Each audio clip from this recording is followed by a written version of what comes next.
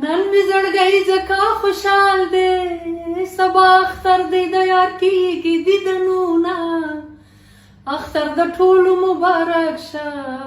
که مسافر وي که د یار تر څنګه وینه اختر د دواړو مبارک شه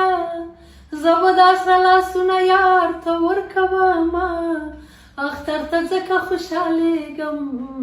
چې مرور جانان به ما پخلا کوینه د خوږ وطن په تمه تمه ډېر اخترونه په ما تېر شو بې وطنه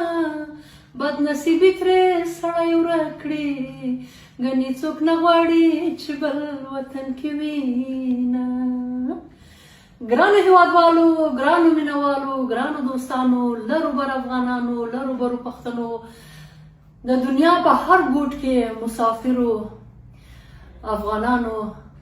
اختر مو ډېر ډېر مبارک شه د زړه له کومې تاسو ټولو ته د اختر مبارکي وایم